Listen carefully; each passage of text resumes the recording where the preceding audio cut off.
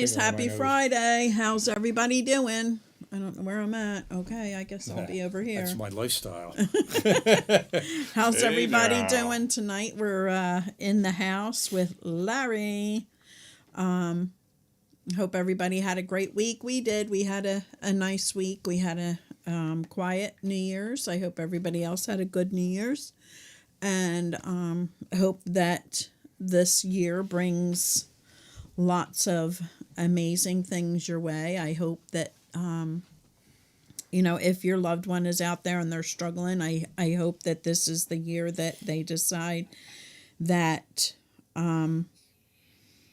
they want to be home and get well. So here's hoping. And that's what we're here for, to just provide some help for you guys. I did share this out on my messenger. I have been imprisoned for 29 days. Facebook is going back to my birth, I think, to find bad things. So I will not be on Facebook for 29 days. Probably longer than that, and they'll probably just get rid of me. I thought you just got out of jail. I did, and now I guess they went back and found other stuff. It's still the same. It's all the same crap. Like, I've already been imprisoned from this crap. No, but listen, no. And the other day, someone was asking how to get rid of mice in your house, and my wife has to say, you can't just burn it down and start over again. And start over. She got Oh my five God. for Facebook for saying that. Yeah, for 3 days, cracks me up. for 24 anymore. hours, and now Hey, gang.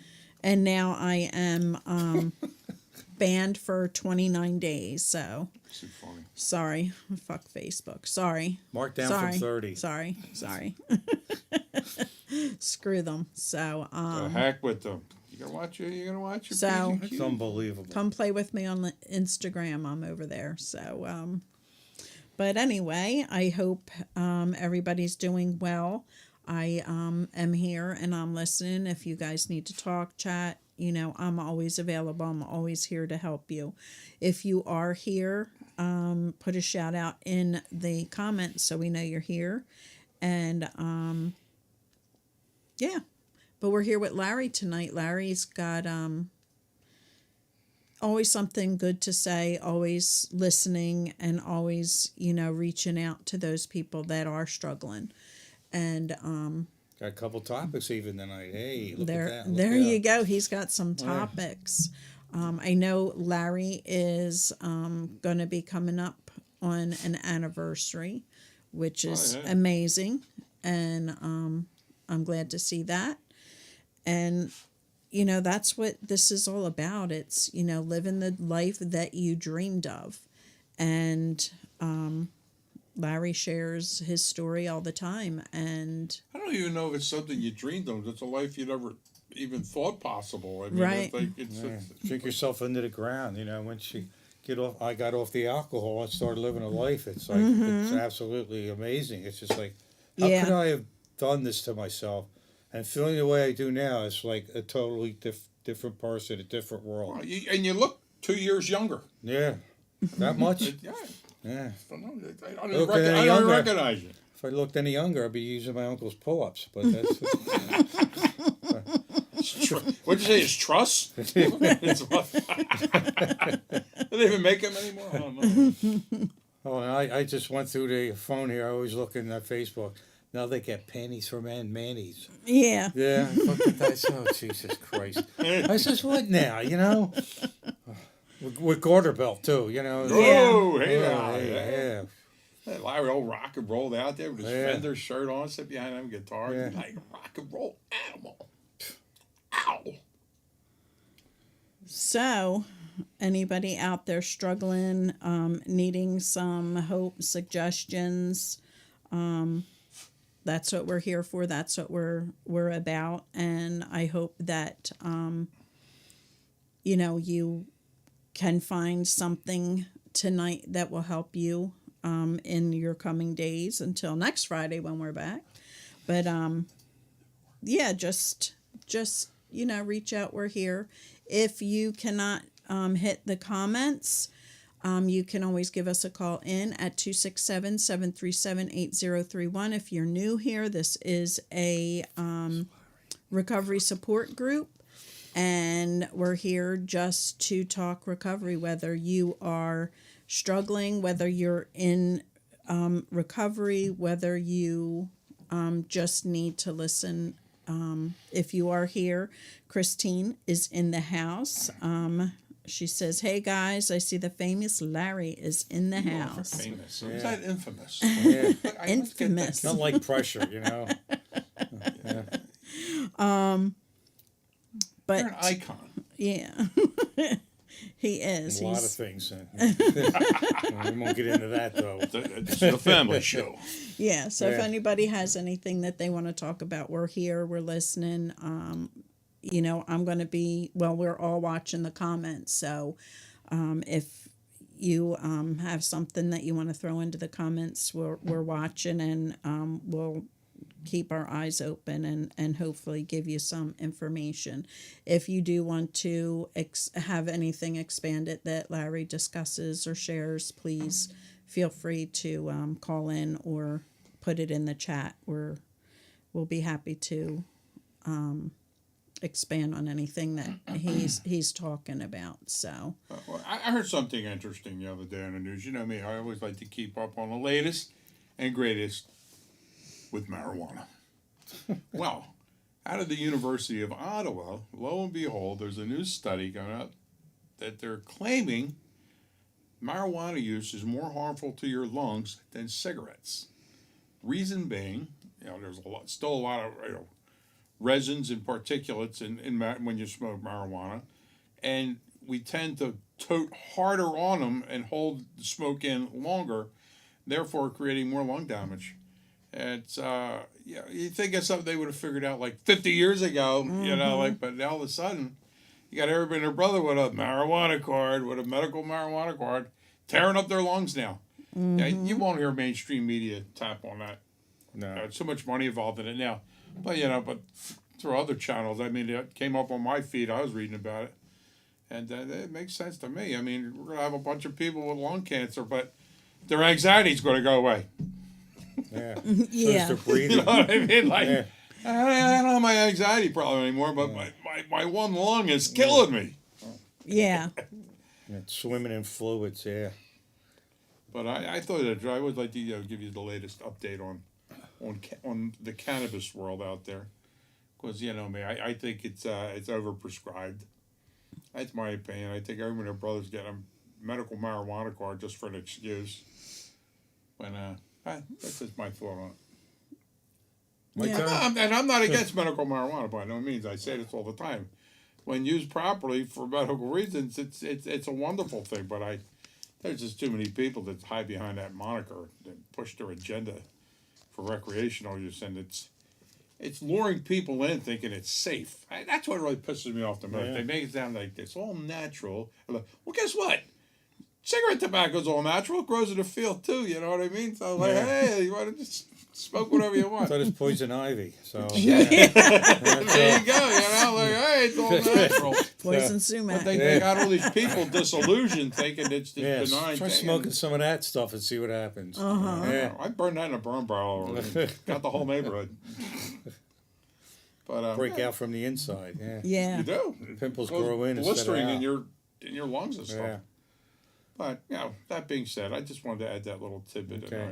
Yep, we have Barb in the house. Hey, Barb. I hope your New Year's was good. Hope everybody's New Year's was good. Before we get started, because we do have quite a few people in, I'm just grateful that we have Larry that comes and shares his story. He comes to our family group and shares his story, and that's so nice to have that knowledge when you're in a group of people that are struggling, and they don't understand the addict side of it, to be able to ask questions and have his story shared. It may not be everybody's story, but it's addiction, and it goes hand in hand, whether it's alcohol, whether it's drugs, whether it's both. substance is a substance. Anything that changes your brain is a mind altering substance. So whether you're getting it prescribed and you're taking it accordingly, or whether you're abusing it, he's always very, outspoken and helpful to the family members in our group that just don't know what to do or where to turn. So because your anniversary's coming up, we got you a little something Happy anniversary. for your anniversary. Anniversary. Happy anniversary. I know it's a jack in the box. You open it up. And One of them snakes that shoot I- out. Oh, no, it's all For right. Christmas, I got a little thing that Nice. I've been playing with. So I made something for Larry. Oh, it's beautiful. And if you can, Pull it out of the bag. yeah. So Now I'm gonna be shaking. Cup condom off. Trying to here. get it. here. Okay. That camera over there. Camera one. So well, Oh, I love that. I rock love and that. roll Larry. Okay. And then the other side says Beautiful. What does the other side say? Says Rock and recovery since 1/22/17, 17. one day at a time. Thank you. I really, really appreciate That that. cool? This is So- great. Yeah. So, I won't even use it. I'll just keep it on the. I gotta use it, Put it on man. the trophy case. you have to Use it.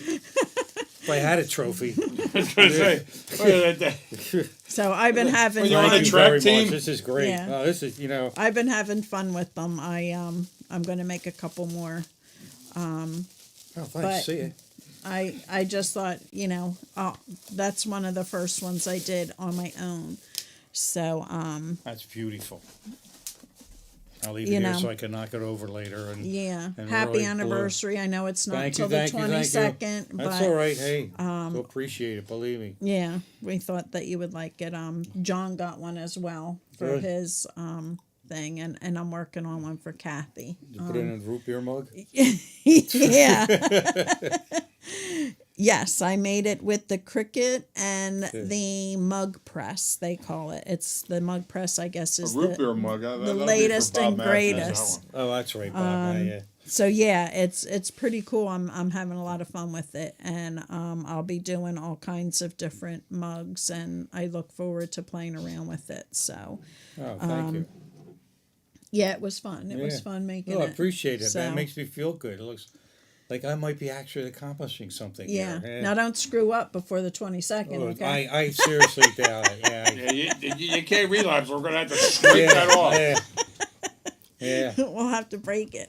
Put two fingers, you just put Scrape the it one out. up. Yeah. Put one up in the middle, yeah. So yeah, we Congratulations, dumbass. Yeah. But yeah, we're having fun with it. So Yeah, everybody's getting a mug for everything. Her girlfriend just got one for successful that's hemorrhoid surgery. tremendous, though. yeah, That's- Yeah. I That's mine. That like me. Yeah. You know, it's, so Yeah, that's cool. Like we put a little personal something about you that appealed to you. You know, yeah. Yeah. They didn't put my police record on there. That's all. there's only so much room on the mug. Yeah, you would Yeah. have to make a picture, not a We mug. need like Yeah. put it in All my records on a there. stein. yeah, it was pretty cool. It was fun. It's pretty neat. I like. I'm digging doing the thing. I have to make one for my cousin, which is a little bit more detailed and different colors. So this should be interesting. My first one, I screwed up. Everything's like off a little bit, but I'm getting better. So, Oh, it's great. Absolutely great. but yeah, I thought that I'm like, oh, I have these. I'll make one for Larry.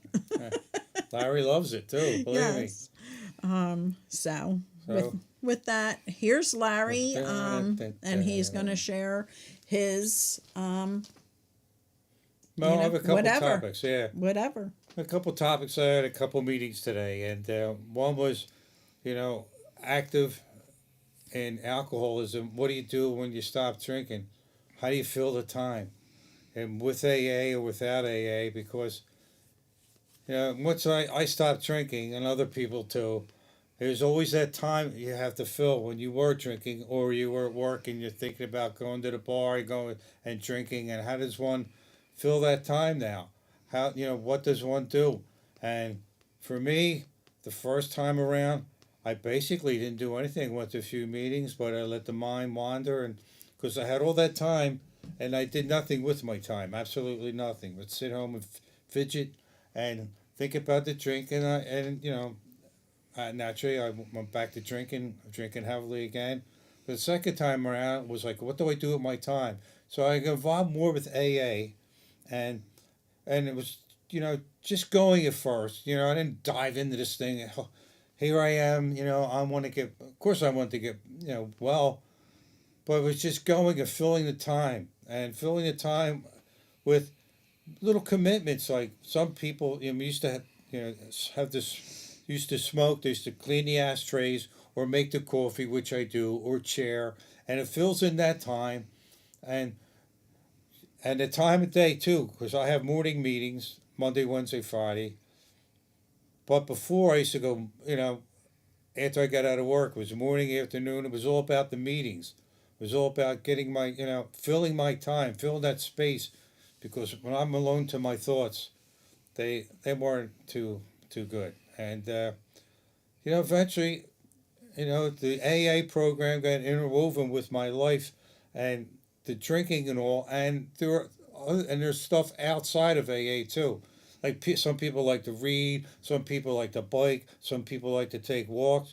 Well, when I was trying to do the sobriety thing before I really got involved, really wanted to do it, I would go up to Tyler Park and take walks. It got to the point where I would stop at a package store, get the cup and fill it up, and walk around Tyler Park and get totally smashed and sit in the car, sneaking my drink. I hope the park ranger doesn't see me. And it was a total waste of time. Don't drive home drunk, but I stop at a bar on the way home. And I was using my spare time for what? For nothing, for drinking again. And now things have changed for me. Now I can still go to the park, but I don't have to worry. I don't drink about it. I don't think about a drink. I don't do a drink. I go to an AA meeting every day, sometimes twice. Today was three things I went to. I went to 2 meetings and I'm here. So, it keeps me going. It keeps me involved, and keeps my head busy. And that's what I needed to do. That's what I needed to do with my time. I had to reacclimate myself with the spare time, not the sitting home thinking about drinking, and actually going out and doing it. And just the obsession, was the build up to the drink. I mean, the first hour or whatever, you just sit down. I could be as calm as anybody else and not think about it. But once that mind starts, once the wheels start turning, the obsession goes, the white knuckling, and it was horrible. And I'd be pacing my living room floor, like I got to get through this. I got to get through this. But I never got really through it. 9 times out of 10, I would walk out or get in the car, walk 2 blocks to the package store. I'll take. We'll say I'll get a 6-pack and I'll drink a couple now and have the rest for tomorrow. But what a joke that was. I had to drink one on the way home. I couldn't wait 2 blocks to my house before I was drinking one, and it was all because of what do I do with the empty space? What do I do with these empty spaces? This time I have. So I filled it up with AA and making a commitment and doing stuff like I said before, making a coffee, sharing, helping other people, coming here, going, the alumni meetings, stuff that's all involved, because it helps me a lot. I think it helps me more than it helps me trying to help somebody else. And that keeps going and that keeps growing. Now, like I said, I'm coming up on 6 years, so if I don't get it by now, when am I ever going to get it? So, it's all interwoven now, and it's great. It's absolutely great. Not even, it's not just the family and all, but it's me. I feel better about me, and that's another thing I want to talk about too. It's like another thing we had at the other meeting was like worrying about what other people thought about me. That was another subject too. I mean, in the beginning, when I was just a social drinker, I didn't want to be number one guy of the gang and all. I just wanted to blend in. I wanted to be one of those cool guys, blend in the party, and laugh and all, and get along with everybody else, and just say, Larry's okay, But the drinking got heavier, and I'm like noxious, and it just got totally out of hand. And then I was the guy nobody wanted to talk to, and I couldn't understand it. It's like, oh, it's the same me. It wasn't the same me. I was the drunk me, and then I got the pity party going for myself. It was like, man, don't these people understand that I have a drinking problem? Why don't they still like me or try to help me or do something? I was so worried about everybody else's opinion of me. But the worst thing was, what was my opinion of myself?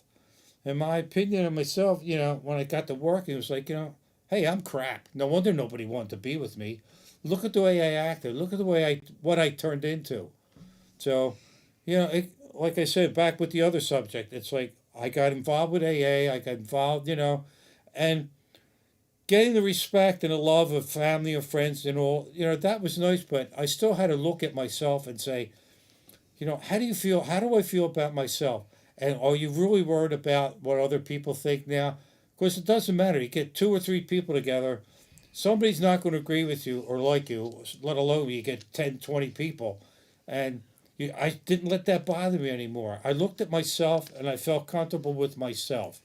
And it got to the point where, yeah, sure, if somebody doesn't like me, I would like to know why. If it's something I did, I can understand that. But if it's just like a personality thing, oh well, I don't let that bother me anymore. It used to bother me a whole lot, but not anymore. I just go with it. I know who I am now, what I was before, and I'm just riding along, riding the wave now.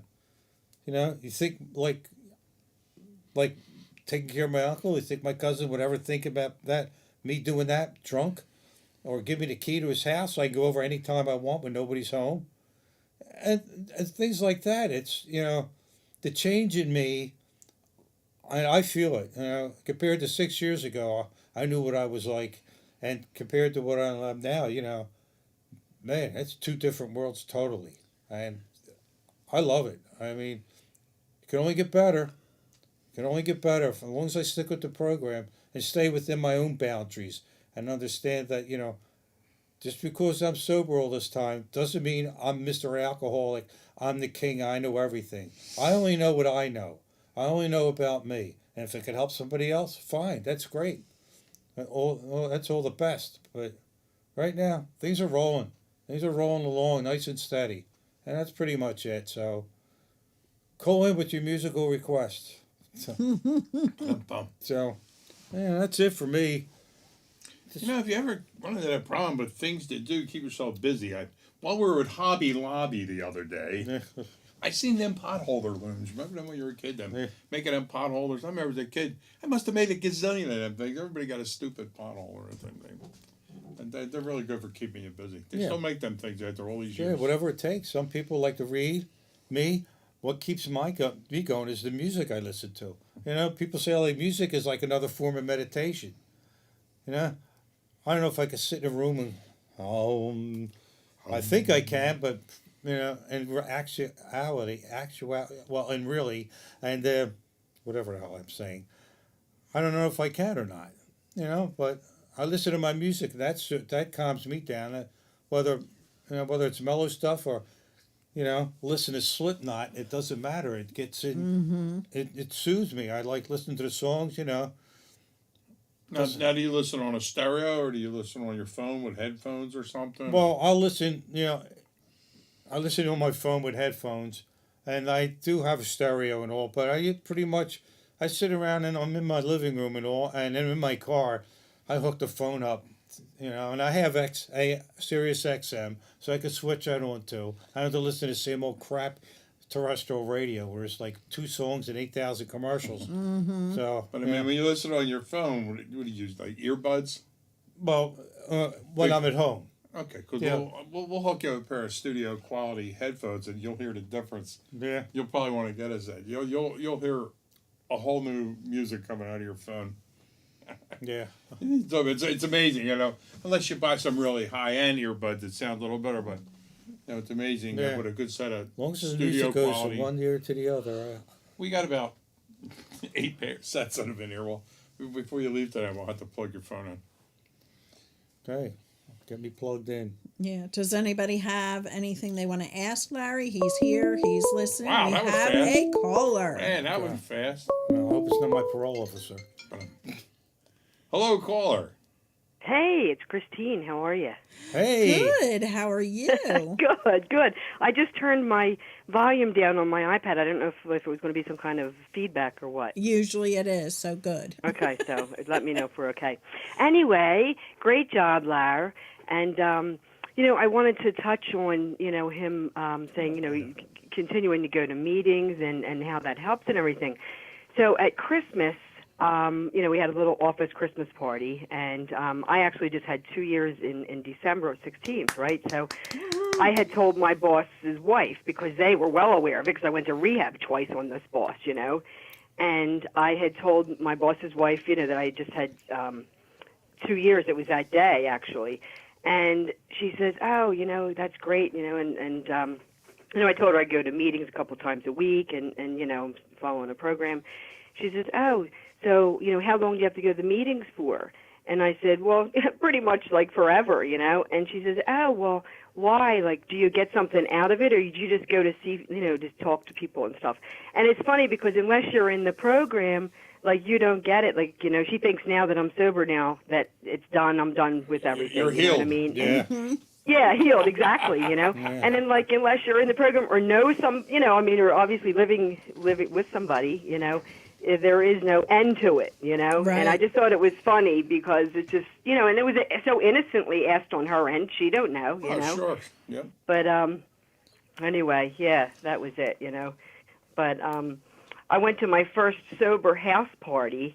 My sponsor had a party, and I brought my husband along, who's not in the program. I mean, he's come to the Harvest Dance with me, and and like, we had a good time, and it was just like, that's life now, and it can be totally fun, Yep. sobriety. Sobriety is Right. fun. We have another dance coming up March 18th. That's the Yes, I see this, the St. Patrick's one. Yep, Yeah. I've already got that in my calendar. Yes. I'm gonna hunt you down for a dance too. So Okay. Oh, good. You're He'll on. leave me, You're on. alone. Oh, Yeah. good. yeah, I was But saving the slow anyway, days for just him. wanted to call in and say hey, and you did a great job, Lara, and Oh, I'll thank congratulate you. you on the Yeah. 22nd. And you did an awesome job on that mug, Lori. Oh, I well, typed thank in you. cricket, but it auto corrected me to circuit. So Yeah. Yeah. Well, we who know it's not a 6-month, 6-year program. It's a lifetime thing. that's it. Yeah. That's exactly right. Right. But, so. Yes. All right, guys. Well, I'll continue to hearing watch from you. and Very nice. have a good. All right. See ya. Bye. Okay. Thanks Take for care. calling. Thanks for calling in. That was Christine. And maybe one day she'll be here on the show. Hopefully. She be will be nice. one day. One day she will. No, we're just gonna have Larry start wearing disguises so you think we got different people coming. Yeah. Elton John glasses. That's right. Giant glasses. Yeah. This is my guest, Victor Shakopoulos. I'm a continental man. Now, what's the hardest thing that you went through during your beginning stages of once you got it, once you saw that aha moment? Well, I was trying to get my thoughts together, trying to get my whole act together. Like I was telling people, it's everything's in front of me like a big gigantic puzzle, and you're like, I want to work this, and how much do I want to really work this? It's like here's all these pieces, resentments, defects, and just pick anything, and it was there, and it was so easy, the first time. Just to quit and say, well, this is too much, I'll go back to drinking. Then I realized, like, is this what I want to be? Is this what I want to be the rest of my life? Be isolated, be totally drunk and dead in no time. And it was the first, it's like, I wanted it, but I had to have the discipline to work it and, put these little puzzle pieces together and not try to half-ass it, this piece has to fit in here, I'm going to slam it in like I do with puzzles. And how to work, things came, and as long as I stayed dedicated to my program, and I and I wasn't, arrogant about anything. It was like the humbling part. That was the big part. Was like, I'm not going to contradict anybody. I'm going to listen to what everybody says because these people have time. These people went through this. Right. I didn't. So, got the sponsor, did the program, the steps, and the recovery house, and all that stuff because I needed the discipline. I needed to be taught. Somebody had to grab me by the hand or kick me in the ass, whatever way you want to do it, and show me and help me to get on my way. Then once I started, to realize that I could see things happening, on the positive side, not overnight. Like I said when I said Wednesday, and it took me like about 2 years of doing this that I finally started to realize things were getting better. My way of life was getting better. My thinking was getting better, and that was the most important thing. How am I going to live my life? What am I going to do the rest of my life? Right. And organizing my life, to the point where I could do this now. And after that, it got easier and easier. I opened up. I felt comfortable with myself was the biggest thing. Right. And after a while, I felt comfortable, like I was saying before, worrying about what other people said about me or thought about me. Right. When it really didn't matter. I had to think about, what do I think about me? What am I doing? What am I Right. doing for myself? And once, it grows on the inside, it affects the outside, affects people outside, affects, a Right. way of life, even the unimportant stuff like getting a job or getting that car, getting the insurance, to get my license without a breathalyzer in my car anymore.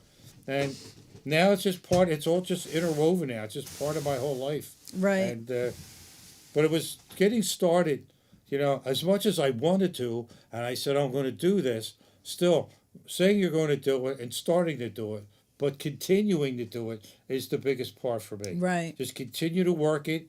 And, like I said, what's happening? I don't feel anything, but I'll go stay with it. And then the feelings come. And Right. boy, I'm so glad I did now. Yeah. And Barb says, thanks, Larry, for sharing your story. So, how are we doing out there, Barb? Thank you. I know the last time I talked to you was right after Christmas, I believe, and you had 250 days. I hope you're still adding those days. And if you are struggling, I hope you are reaching out to Larry, to Fred, to the many that. I think I sense a mug coming her way. As long as it isn't my mug. Yeah. I need this one. I sense a mug, Barb. I just do. So I hope you're doing well. And as far as you finding your path, how was your sponsor have you had many or just one, or you, Larry? I'm sorry. I'm looking here. He's reading. I in the beginning, when I first went to recovery house, I got a sponsor, temporary sponsor. It didn't work out. It was just a matter of distance and I guess age difference or different styles of different type of people. And plus, I don't know if I was really ready for one yet. Like I said, I was right at the beginning of my sobriety, but the second sponsor is the one I have now. I had for like 6 years. He was great, and the lucky thing was, we worked in the same place.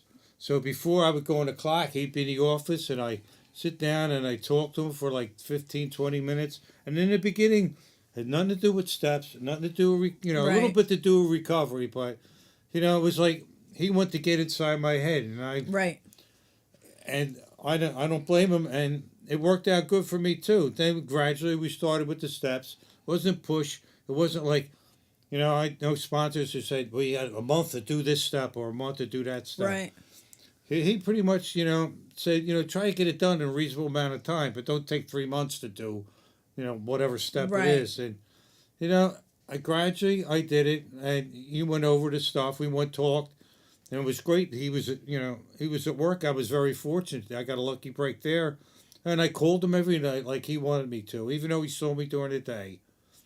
I called him every night. I did everything, I was asked of. And he said, do this, do that, make suggestions. It wasn't commands. And I did that. And, it was a big break for me. I was very fortunate to have this guy right there every day and me doing the work.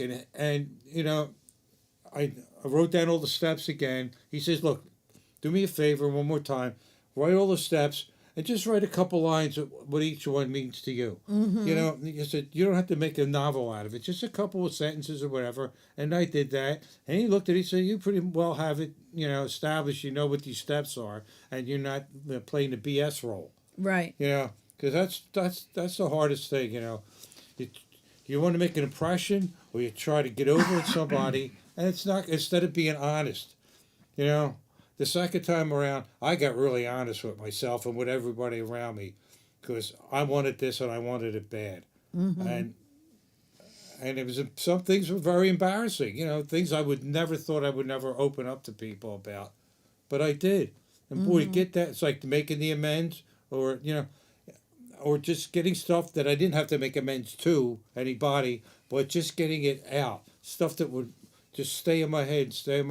Writing it down was good, but speaking it was even better. Both, getting it out was like you say what you had to say and it goes away. And, and it's great. Right. And I believe a lot of people that are going into recovery, I mean, that's a hard step to be able to trust somebody enough to share some of the stuff that eats you alive inside, that sits on you. And they always say, get comfortable with being uncomfortable. And that's got to be a hard step for anybody to take. A lot of people will, go out and they want to dance, but they can't dance until they have that first couple of drinks and they get comfortable and doing that. And then trying to find your path out there without putting a substance in your body to get comfortable enough to be around situations or people. That's a difficult thing to do for anybody, whether you're drinking, whether you have a substance use disorder or not. It's difficult, and then throw that on top of it, but it's so true that once you are comfortable with being uncomfortable, you reach that plateau that, you have trust in people that they trust in you as well. So yeah, it's that instant courage, I don't want to go. I want to go have a couple of drinks. All of a sudden, you get that. I'm going to go out dance now. I'm going to do a couple of these, and I'm going to go out and I'm going to have a good time. I'm going to get out of myself. Well, you don't have to. You can just not do it. When you stop doing that stuff, you can have just as much of a good time, and you don't need courage to go out and dance. I mean, some of are shy, and some I understand that, but to do anything, you don't need an outside substance to just go out and do what you feel like doing. It doesn't have to be dancing. It could be anything. Just pick a subject that you like, that you felt you needed a drink for, and just go out and do it without the drink, and you'd be surprised. Well, I was surprised that, hey, I could still do this, and, I don't need to get half toasted. Right. To have a good time. Do you go back and go through your steps? Well, I went through all my steps twice. I went through the big book 2 times, read it all the way through and did the steps twice. I haven't done them in a couple of years but at the in-person meeting, we go like every meeting. There's Monday, Wednesday, Friday. There might be a story from the steps or the traditions or, or living sober or something, a story from the big book. So we pretty much go through that every month. Right. We start with chapter 1 and work our way through and step 1 and all that stuff. Right. And today was living sober. That was the 2 subjects. Well, the 1 subject I talk about. Excuse me. Talk about the time, the empty space. What does one do with the empty space? Yeah. The Zoom meeting tonight was about worrying about what other people think about me. Mm-hmm. So it's like I said, it's a constant. So I go through the book basically, but I don't sit at home anymore and read it. Right. I mean, the only thing on top of my books now are dust, because Because you're engaged. yeah, I'm engaged And- now. I don't, some people like to go to meetings or Zoom or in person, and they read it constantly. They read other books about other situations with other alcoholics, and people write books, agnostic books, traditional books, and all. I'm not much of a reader, and I don't feel I really need that. 'Cause Right. I am where I am now because, I don't sound conceited, but tough shit. I work the program. Right. And I'm working the program, and and I know that I'm not going. I have to keep working the program, or else I'm going to fail again. Right. So it's not a question of I got this made. Give me a gold star. Never have Right. it made. You just keep working and working at it. Right. Didn't you once tell me you only read Playboy for the articles? Yes, And he I still love does. people- I love the people staples. used to say that. I love when they put the I staples only read it for on. the articles. Oh, okay. I was wondering why I was hanging out of your mailbox. What was the most difficult thing that kept you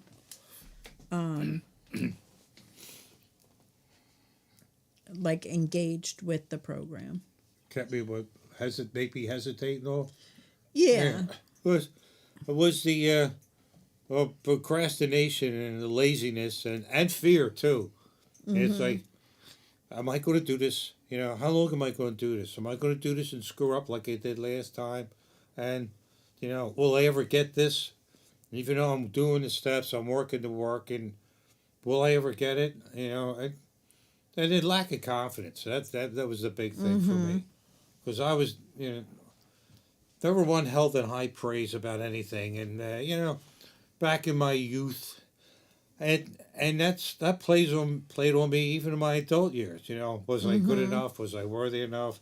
No, I wasn't. No, I wasn't. Right. And it was a whole combination of things that made me hesitate until I dove into it head first and decided no matter what's going to happen, I'm going to keep going. Like, I don't care what people say or think. Even I don't care what I say or think about myself. This is Right. the program. I'm going to see what happens at this end of it. I know what I was at the beginning, and I know where I am now. And I just keep going. And like I said, the confidence in myself keeps growing and and I understand the program now. I understand what needs to be done. And it's not just making the coffee, it's helping the next person, Right. which is really, which is really the whole essence of the whole program. It starts out as a me program, but in the end, it's help that next person. You got this to a point now, you can help the person who has less time, or somebody who's stuck, who has more time, or doesn't matter what time, Right. you can help the next person. Even if it's a sentence you might say at a meeting, somebody might go, yeah, that's right, because that worked for me too. I would stay, I was listening at a meeting, all the meetings I went to, and there was a lot of, yeah, that's right. I experienced that. I understand that. And, by participating, you're helping yourself and you can help that next person. Because if you sit at a meeting and say nothing or do nothing, nothing's going to happen. Nothing's going to happen, I know a lot of people who went to these meetings, drank before, or went to the meeting, sat there, said nothing, participated in nothing, and after the meeting went out and got a six-pack. It's get out what you put said in. about relating to this and that. I find that true in our family meetings. You'll have people, newcomers that say, "Wow, I can relate to these things because we going through that with our family member." Yeah, you exactly, yeah. Because you think you're in this by yourself, and you start seeing similarities and behaviors, and it makes you feel more comfortable at that point where you're at, because you realize you're not being judged by your peers. You're in a room full of people that are all suffering the same consequences for things, and you kind of feel at ease, for Yeah. lack of a better word. Yeah. Well, You you're know, not where unique. you know, yeah. out in public, I mean, you can't talk about your problem because people don't understand your problem. I mean, you know, and the same from the family end. I mean, you can't talk to your neighbor or your friend about what you're going through because they can't relate to it. Yeah. Then they have their preconceived notions of what you're going through and what recovery's all about and it's pretty much for the most part wrong. You know, I was one of them. I thought I understood it and all, and once I started educating myself, I seen how off I was about it. You know, like we just tend to form opinions and we just convince ourselves that's the way it is. It's fact, Yeah. and it's not necessarily the case. But that's the power of being in meetings and all, man. It's like it gives you a newfound comfort spot. Yeah. I mean, for lack of, for better terms. Yeah. We're not all unique. We are unique, but we'll have a little bit of differences too. But we, just like the pair, like we go to sit at a family group, you hear stories that sound, almost the same, little different, but almost the same as like what that couple's going through is almost the same as like what that couple's going through with their loved one who's an addict or drunk. I'm not a screw-up. This is something that happens. Other Yeah. people are experiencing Yeah. the same shit that I'm going through, and you find comfort in that. You Yeah. know that you're not alone. It's the same with the person who's addicted or me, the alcoholic. You'd be surprised if you go to the meetings and you open up, you listen. You can so many similarities that it's like, wow, okay, I am not really unique, maybe a little tiny bit, but other than that, it's basically the same thing for everybody. Because I know when I first got involved with the family group, I went in and couldn't say anything, but felt that you guys don't understand it. Like I have an only child, like I have it worse than everybody, and then you get in there and you're sitting there and you're listening and they're really young children just getting sober, or others have 3 children affected by it, prison time, it just there's so many different aspects of it, and to go in and think like I have it worse than everybody, and it's just like, whoa. I'm grateful that I have the story that I have, and I don't have to, feel that pain that everybody else was feeling. And you just sit and you listen and you just think like, oh my gosh, we're all the same. We all have the same stuff. We may not have the same story, but we have the same feelings. We have the same struggles. We beat ourselves up the same way. It's really crazy how, that comes around, and, whether it's a person with 3 children or, married 3 times with, to people that had struggled.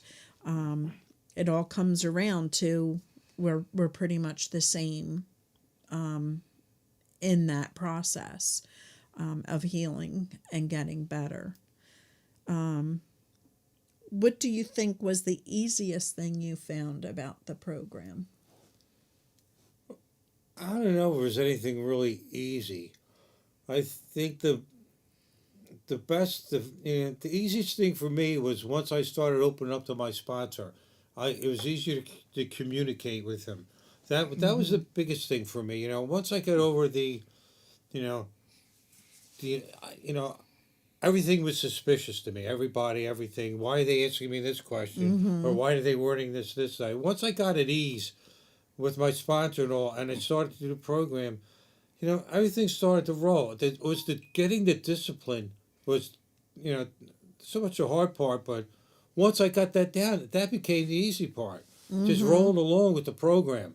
And, and having people, who would stick by me, like family and friends who started to see a change in me. And the recovery house after rehab. Right. That was easy because there were rules there that had to be met. You had to do what had to be done. So you know, you didn't. I didn't fight it. It's because this is the way it is. If you want to stay, stay. This is what has to be done. So you Right. just surrender it and say, okay, I'm going to do it. And you know, like I said, things after a while fell into place. Mm-hmm. So I don't know if there's anything really easy. It was just so much as learning and learning some things a little faster than I did others. Mm-hmm. And I felt more at ease. I got comfortable learning whatever. You know, A was easier to handle than B. So, you know, but as time went on, they all kind of meshed together. And yeah, here I am now. Mm-hmm. What do you love most about the program? The way it's changed my life, the way it's, you know, Night Barb. the way, you know, I went from, you know, I couldn't believe what the person I was 6 years ago to where I am today. Mm-hmm. Well, it's totally different, you know. I remember before the alcoholism set in, I was, you know, basically what kind of a person I am now, pretty close to it. Only, you know, I could handle my drinking. But, you know, the destruction, the Mm-hmm. destruction to get to the bottom where I was, you know, alcoholic, nobody wanted me. I didn't want anything but that drink. And, you know, rebuilding myself to where I am now. And remembering. I remember the journey. I remember the hard times. I remember, like, you know, doing the stuff that needed to be done. Not just in the program, too, like I talk about activities, keeping that space, but even the discipline of, like, getting up at that 4:20 bus to go to work, train, bus, and getting on the bus in the L to go to parole, and then on the L to go to IOP, and, you know, getting home late and getting up early and doing it, you know. Mm-hmm. And you know, for yeah, sure you get your wine. I got my whiny days. I had them, but I did it. I did it. I kept doing it, and that was the biggest thing for me was the discipline. You know, not Mm-hmm. just doing the steps and going to meetings, but was the everyday discipline of my life. And you know, my personality has changed too. I'm not the half. You know, well, I'm pretty much a clown anyway. But that's beside the point. But it's like I'm more of a Mr. Spock type of like no, you know, very little emotion when it comes to different subject and like my sobriety and all. No highs, you know, try to keep the high, not that too high and not too low. Just Mm-hmm. keep it focused and keep going, you know, where I'm going now as far as working my sobriety. No BS, no, you know, no Mm-hmm. fantastic stories, just this is me, this is how I am, you know. Right. Christine says, I was asked to speak for my 2 years and was dreading it, but realized I was being selfish and needed to share my success with others, perhaps a newcomer. And just to put this out there, Christine was also asked to speak at our family group. And we were there Wednesday, and somebody said the woman that came in to speak, Christine, she really gave me such hope. And I loved hearing her story, and it's given me a lot of strength. So kudos to Christine Oh, for yeah. doing that share at our meeting. And just to put this out there while we're on the subject, we are, you know, I always tell you about the family group meeting. It is at the Ben Sound Living Grin facility. It is in the Chapman building to the left, the first building on your left. We have now gone to every other Wednesday from 7 to 8:30. So anybody that is thinking about attending a meeting, there will not be a meeting this Wednesday, but there will be a meeting the following Wednesday, and we will have a speaker. His name is Will, and we'll be sharing his story.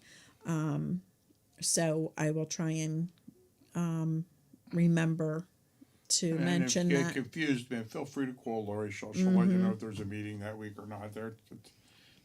Yeah. Hopefully it's just a temporary thing. We don't know, but yeah. Yeah. It is I, what it is. We're just gonna roll with I it. apparently can't post it on Facebook right now, so for 29 days. So, And a telegram. yeah, I will get somebody to post it for me so people know. But yeah, that's what's happening. But we also have the dance coming up on March. I know March seems a long way away, but when you're planning it, it's comes up rather quickly. So March 18th, come check it out and see what recovery looks like when Larry will be there signing autographs. yes, Feel and free- dancing, and dance lessons. the dancing machine. His dancing, it suffered when he first entered sobriety, but he's overcome it. Yes. He's got his mojo back. Yeah. Yeah. There were 12 steps of dancing, too. So 12 there was like, steps put them of on the dancing. floor, and try to follow the Remember steps. there. remember the footprints he used to buy Yep. on There were the other 12 steps. Yeah. Yeah. Who the hell used to sponsor? I don't know. Was it Fred Astaire who used to sell the footprints you put down? I can't remember. I forget who Wasn't it it back was. every magazine and Arthur Murray, maybe. Arthur Murray. I think it might Arthur have been Murray. Arthur I Murray think that's Dance who it Studios. Remember was. them commercials? Uh-huh. Yes, Yes. welcome to Arthur Murray Dance Studios. Yeah. Organ That's music crazy. going. So, if anybody out there has any questions, feel free to call in or share in the comments. We are here. We are listening. And And as always, if anybody has any topics they'd like to hear us cover, feel free to call in or ask or text Lori or whatever, and we'll touch on them subjects. I mean, I'm sure there's questions out there. There are things that are troubling you that maybe you're not real clear on. And we got a lot of networking out there. We can't answer. We definitely find somebody who can. Yeah. Call, text, something, No questions too crazy, no. because I've asked them all. We often say that at our family meetings. I mean, some people say, don't be afraid to ask a question because I'm sure we've already experienced it. Don't think, Yeah. you're in. Right. Same You're with a the special meetings, yeah. case that's awfully bad, it's hard to shock us anymore, especially Right. with the stories of things that went on in your household that you've endured and so forth. I mean, you're not in this alone for sure. No, and I not at think all. people hearing stories like that said, "Oh my God, we went through the same thing," Yeah, if it's eating at you, the text, lying and the call up, stealing. and anything, even if it's got to do a little personal thing. Because sometimes, you keep it in, it just builds and builds, Yeah. That's why Bill with me, before I started to work the program, I had stuff in me that would turn my guts. But like I said before, writing it down was good, but saying it was even better. Getting it out in the open, and like Pappy said, you're not going to shock us. You No. know, we've heard all kinds of things, said all kinds of ways, and your story might be unique to you, but basically, it's pretty much the same as everybody else's story. Just the characters are different. Yeah, the situations pretty are much. different. Yeah. Yeah. It is. Sometimes, you're in a meeting and your jaw drops for the first time. And you're like, oh my gosh, like, I can't believe they're sharing that. Like, that is insane.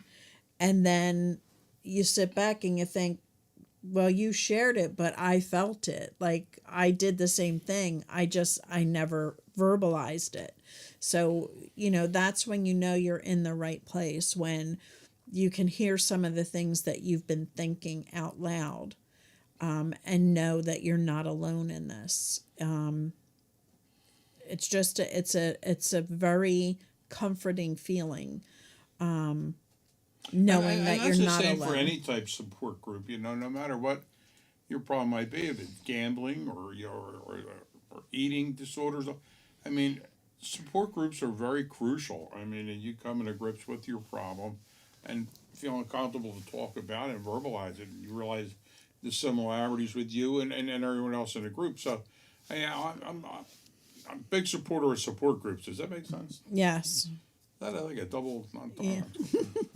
And cancer, Sure, anything, Just if any it's a illness cancer that you support have. group or anything. I mean, sharing is caring. You know, that is like a major thing. Sharing your experience, strengths, and hopes, and all of that. That's what this is about. Reaching out and sharing our experiences and showing that you are not alone, whether it's from, you know, the family, the friend, or somebody that is in recovery or is still struggling. Like I welcome anybody here. I welcome anybody here in this feed to feel free to share and you know, just be here. That's why I call it support. That's why it's a support group. You're not alone. People be surprised no matter what your situation is or what the problem is. There's always somebody out there very close, if not exactly the same. Right. And it's better to comfort each other in a group as opposed to trying to keep it in and keep it by yourself and isolate. Right. There's nothing to be ashamed about. Right.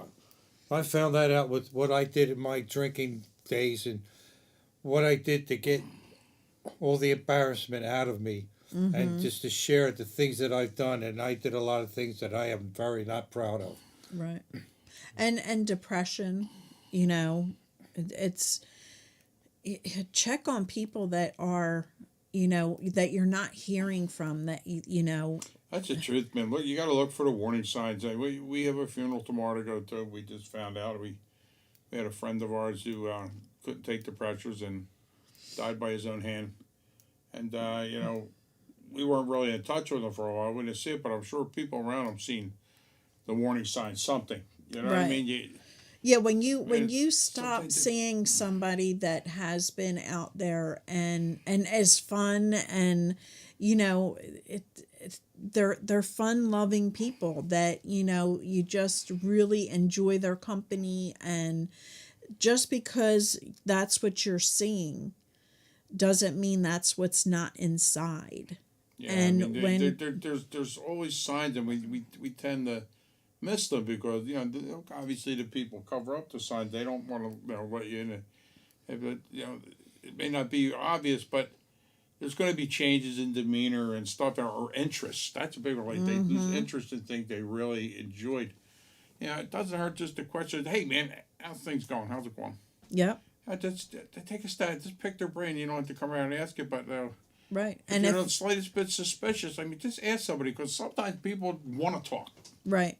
You know, And they and don't. if they're not picking up that phone, knock on that Right, so door. maybe if you break the ice, maybe they'll come clean and talk to you. You can save a life, because, man, like, suicide is just off the hook right now. It is. It's so sad. I mean, and people you would think are happy. They're not. You know, but, you know, we do a good job at putting up that false face here for people. Yeah, that 1,000-pound phone.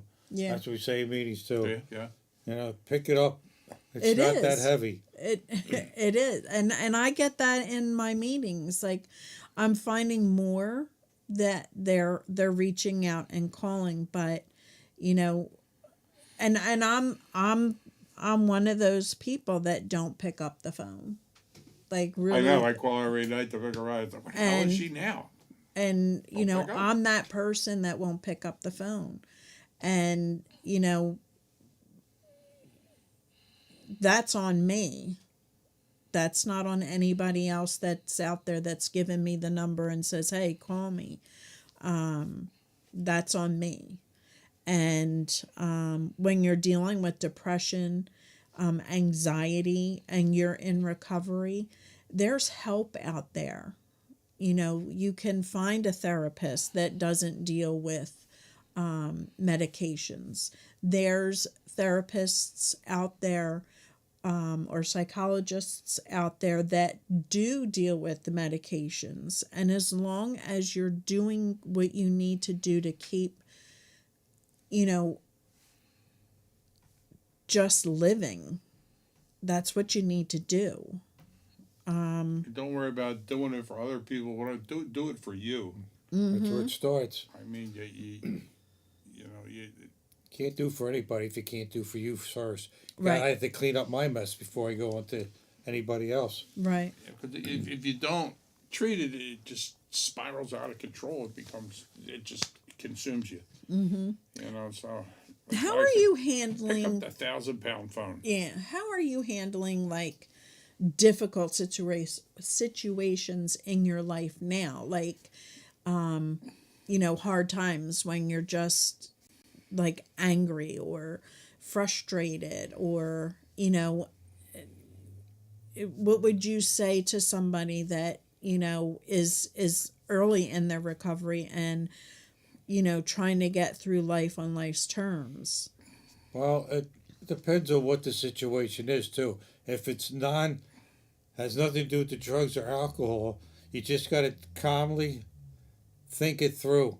And same thing too with like that urge to drink. We got to play that's so old, that saying, play the tape through. And it works for me too, because right now let's say the situation is this, whether it's drinking, drugs, or just like bills and stuff like that. Everyday life. Everyday life.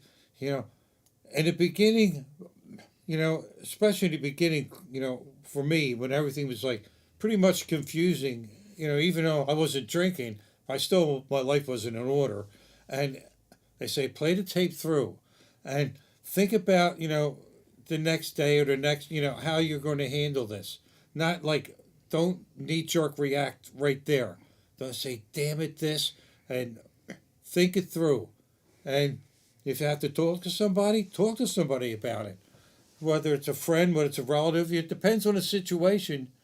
Well, what's bothering you, but don't let it fester. Don't let it fester. And we're all guilty of that, Yeah. We all do, and it's easy for us to say, and we understand, but we just try to give you a little insight, a little push, a little nudge. Yeah.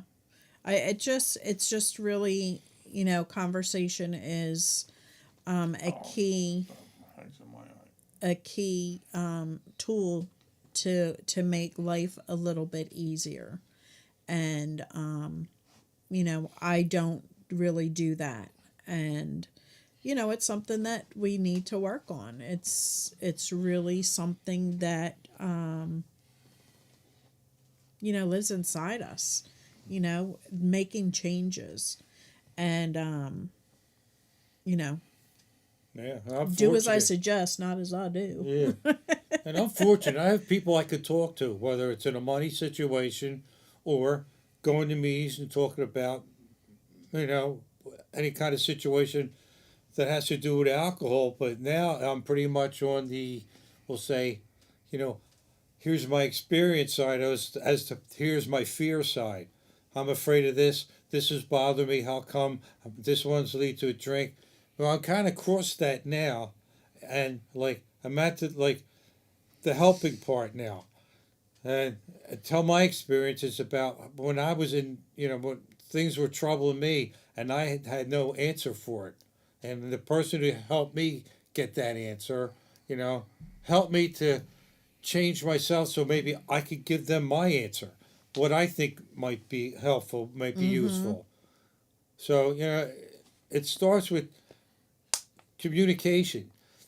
Talk to somebody. If there are people, there's got to be somebody in life that maybe I hope that some people can trust, even just a little bit. You don't have to give them the whole life story, lay the whole plate down in front of them. Right. But different situations, you just talk about it and all, and you get advice, or like some people need a therapist for other things, or financial advisors, But I'm lucky I have people who, kind of in that field, and, and I didn't need a therapist. I had my sponsor who, and relatives, my one cousin who helped get me, straighten me out. He gave me that aha moment, and I confide in him, and, I can do things now, and it's, you can't keep it in. I keep saying it over and over again. Just look for some advice. Don't take everything, word for word, letter for letter, but just listen, digest it, and see if it works for you. And the biggest thing is living one day at a time. you know, and that doesn't mean you can't set goals for yourself. You just have to set your goal and just live within that day to move towards that goal. That doesn't mean that today you set that goal and tomorrow you need that goal fulfilled. That just means live today to move one step forward to that goal that could be 10, 15 years down the road. You know, don't take it literal.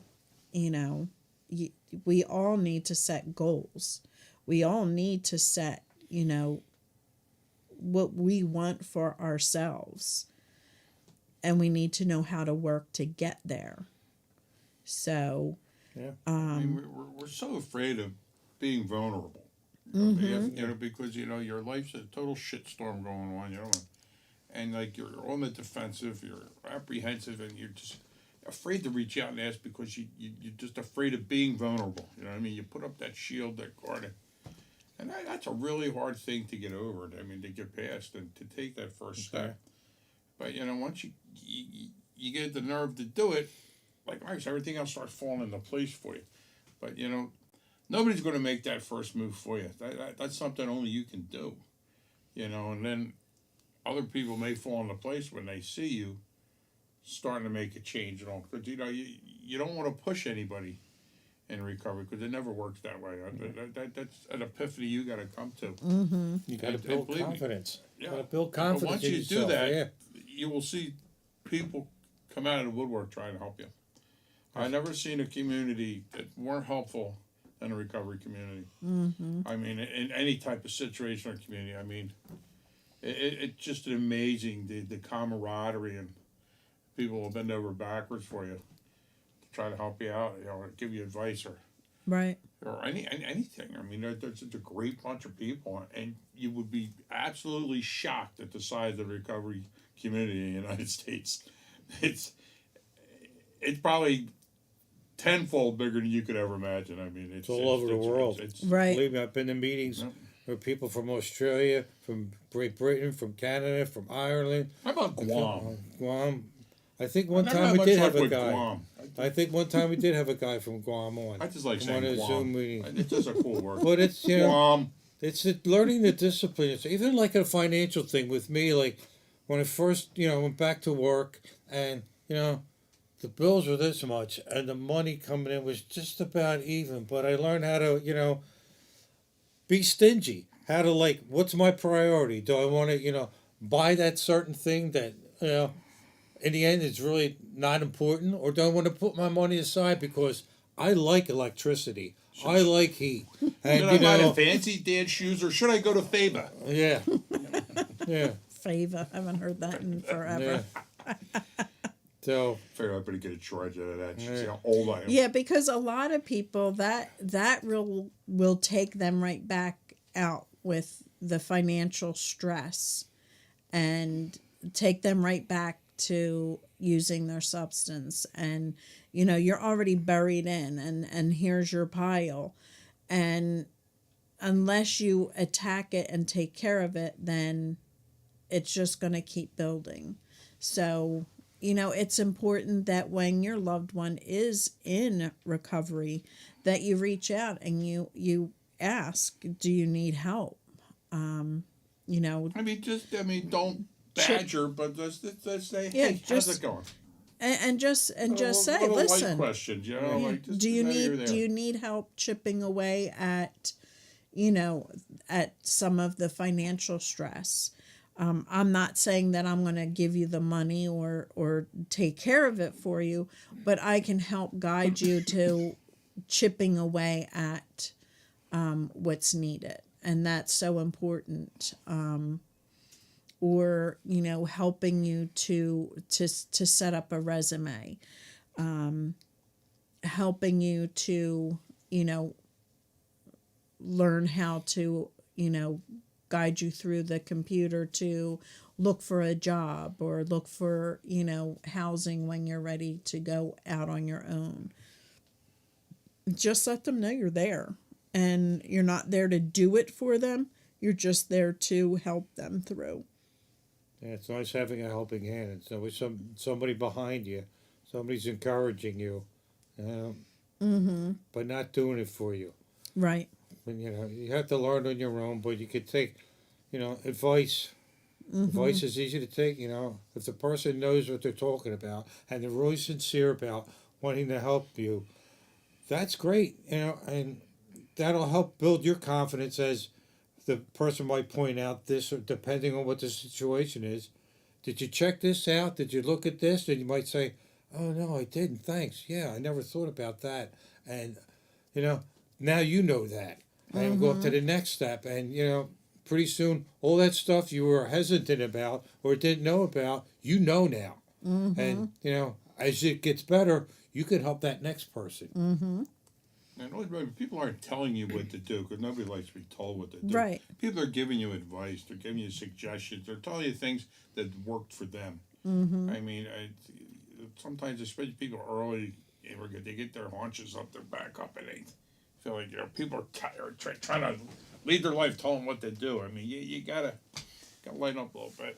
Yeah. And just And listen to the advice. You don't have to take it, but you don't have take to what you like and leave behind what exactly. you don't. And you don't have to sit down and demand that they sit with you and chip away at things. You just say, "Listen, I'm here if you need help chipping away," and walk away. Like, just know that I'm here, and that will make them feel more comfortable, I'm sure, than you sitting there like, "Okay, bring everything out. Let's sit it down here. Let's go. Give me this, that, and just I'm here. You tell me what you need." And that's so important that you put the ball in their court, and more than likely they'll come to you. Maybe not that day or maybe not next month, but when they see that, okay, I'm not figuring this out and there is help, let's move forward and talk to your sponsors about it. Whether you're a family member, a lot of us do have sponsors, somebody that we can go to and talk to and help us through the most difficult times in our lives. So it's hand in hand. It can go both ways. So Yeah, I have an example. Hate to get back to financial thing, but this person who was in recovery, excuse me, he was having trouble with his bills and all. And I said, "Well, come over to my house, because that's when I started to get my act together as far as building up my cash and all my so I could pay the bills and have it all extra." So we sat down and I said, "How much you pay for your heat? How much you pay for this, the gas and all?" And this guy was like, every day was like 2 or 3 stops to Dunkin' Donuts. And I said, "Well, you're paying $4 for this or $5 for that. How about you cut that out for like a month? And every $4 or $5 it turned into $15 a day that you don't spend that goes in the bank account. This way, if your bills are $300 and you're only making $300, you're going to get no place fast. What are you going to do for clothing? What are you going to do for, dental work? Anything that is going to come out of your pocket." I said, you got to cut it out. You have to discipline yourself. It's like I mentioned before. I like to buy this because it's a great looking little toy, but I like my heat and I like my electricity. So you have to just, put that away, and whether he did it or not, I don't know. Because he seemed very reluctant about doing it, very reluctant. Well, it's like that. I can't give up this. With Dunkin' Donuts, my dozen donuts, I said, "No, I'll only buy 9." and the money's really building up. It's slow, but But it's just the idea, like, there's some things you just can't get. Sorry. That's just the way it goes, Yep. yeah, but so many people get caught in a rut like that. You don't realize how much money you're spending when you just in dribs and drives. You go buy that soda at Wawa. Get a little bottle of soda like $1.89, where you get a 2-liter for $1.89. But it's just the convenience. We don't think ahead.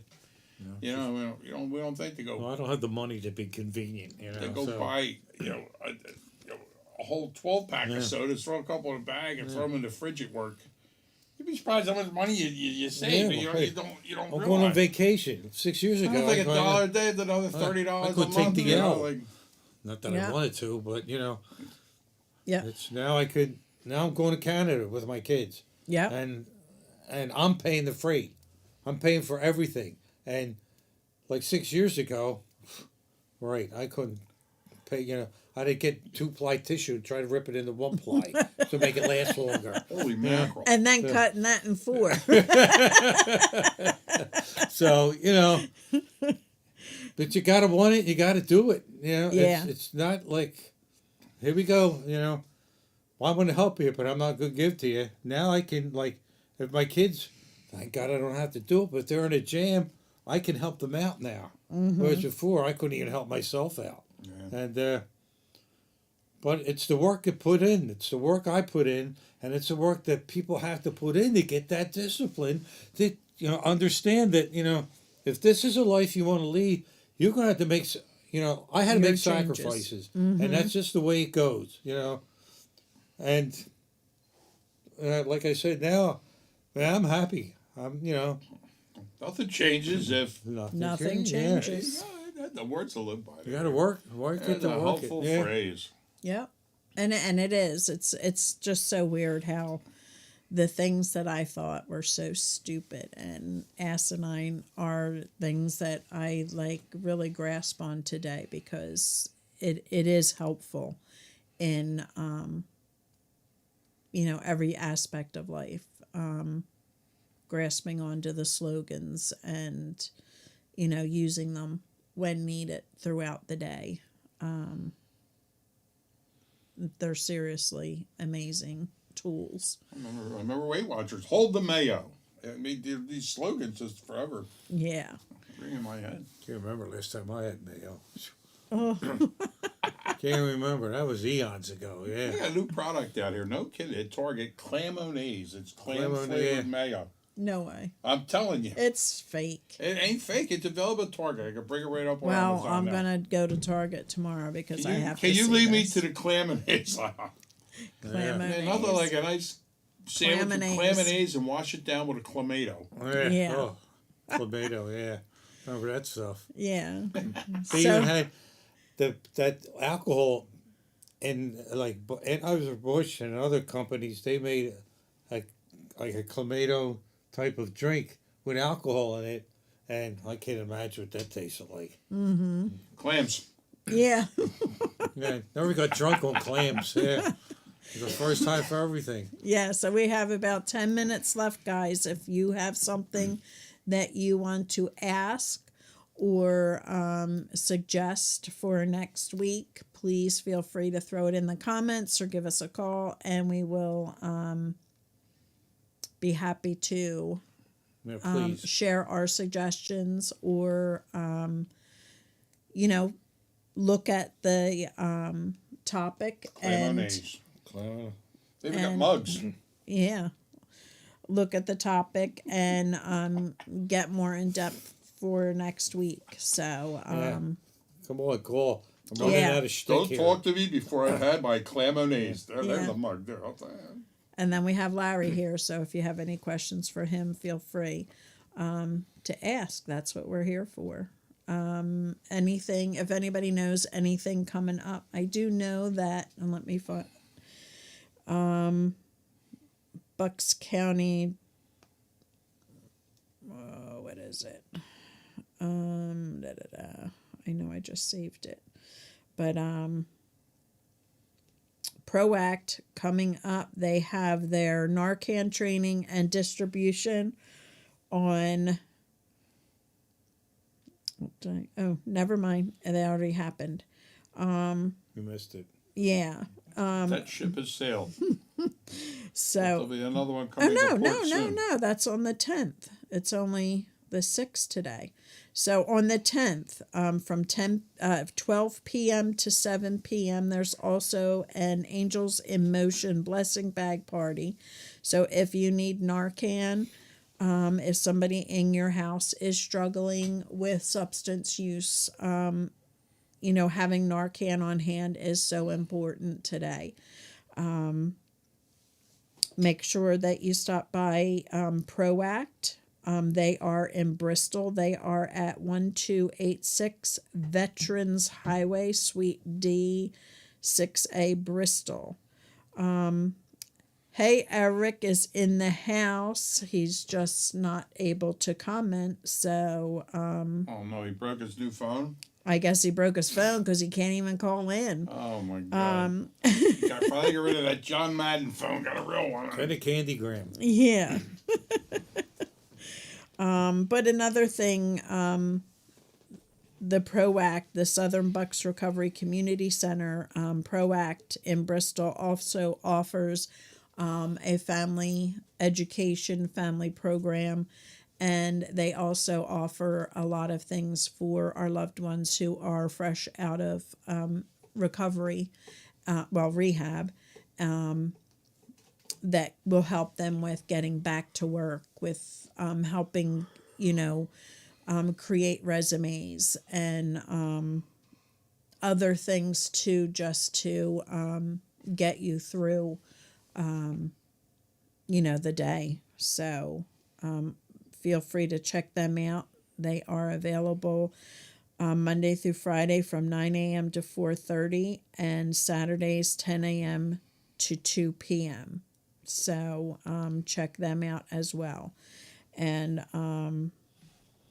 I do know I have some information on the family program, but check them out for the family program as well, because it's important that our loved ones, get these contacts and get these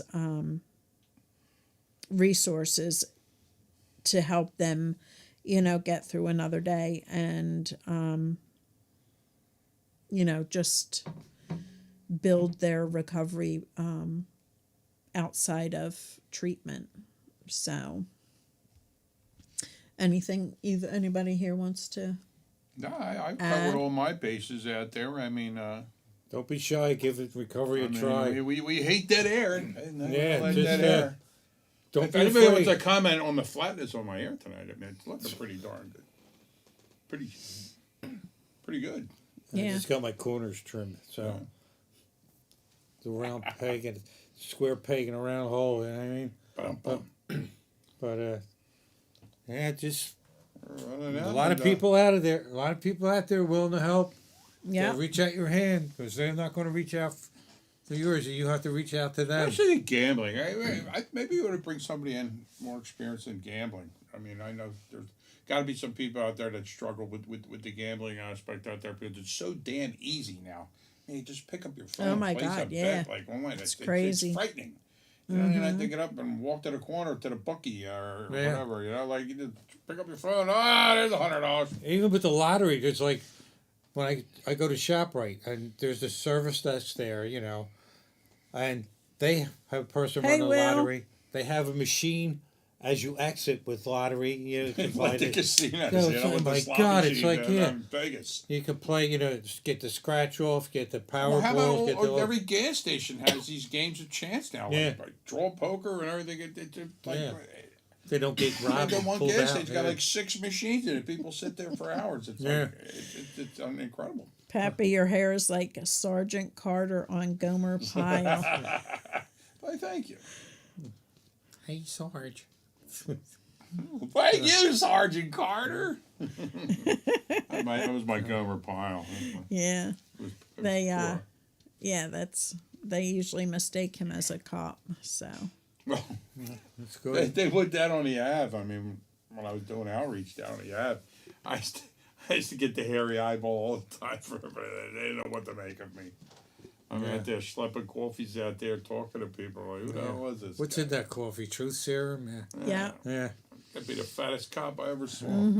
And just a reminder that the family group at Living Grins campus in Bensalem will not be meeting this Wednesday, but we will be meeting next Wednesday with a speaker. His name is Will, and he will be in the house telling his story. Hopefully people can get out there and just get some hope and, ask some questions, because that's what's important. we have Somebody a coming in caller. under the wire. Hello, caller. Maybe it's about my warranty. Hello, caller. Just want to say, great show tonight. Very Watching it here from not so sunny California. Very cool. And want to say hi to Larry. Good to see you again. Thank you. And yeah, good show. Well, thank you. Love you guys Love you too. Why, thank you, Sandra D. so very much. And are you losing weight, Pappy? Wow, unbelievable. You're looking good. It's Larry gave me his kinda Buster Crab almost- T-shirt. Actually, Larry had a couple Buster Crab T-shirts in his drawer. And he gave me one, and it's very form fitting. I'm very happy with it. You know, I was watching you tonight, and you almost kind of sort of resemble Bruce Willis to me in some way. I don't know what it is. Who, So Larry? you might want to go for the bald look. No, I might want to call Demi Moore out. Happy. babe. Oh, you got to turn down your volume. Oh, yeah. Yeah. Yeah, you could do that. Anyway, I love you guys. Just wanted to say hi, and it's good to see you again, Larry. Thank you. Love And, you. See ya. Thank you Keep up for the good work. calling. Yes. Thank you for Love you tuning in. too. Bye. And I want to thank you people for having me here. And I really You know, love the you're mug. always Oh, I welcome. love that mug. Yeah. We I'm gonna love- show when I go to a Zoom meeting. The show loves your mug. Uh-huh. Yep. Look what I got here. Yeah. You have to take it for your coffee at the You got a lot of followers. People's always asking. anniversary Say hello. meeting. I don't drink their coffee, No. especially if I make it. Well, tomorrow morning when you get up, you can have your cup of Sanka Yeah. Psychic. Yeah, remember that stuff too. Yeah. and a saccharin. Yes. Remember All right, saccharin? guys. It is 10:31. We Yeah, it's that time, people. I hope you have a great week. If you are struggling, please, please, please reach out. Give me a holler. I will, listen. I will offer my suggestions. I want to thank Larry for coming out, and good luck for the rest of the week. I think you're speaking like forever. Well, yeah. Well, Coming up on We your were lucky to get him this week. Sunday the He's a hot 22nd is my commodity. anniversary. Then I go. I'm speaking like crazy He's after a that. hot commodity Awesome. in the recovery Awesome. community. Yeah. awesome. Luckily, All right, he has an guys. allegiance to us for some odd reason. Yes, everybody have a great week. Peace out. Yeah, and like they always say in the funny papers, people, recovery works if you work it. Good night. Good night.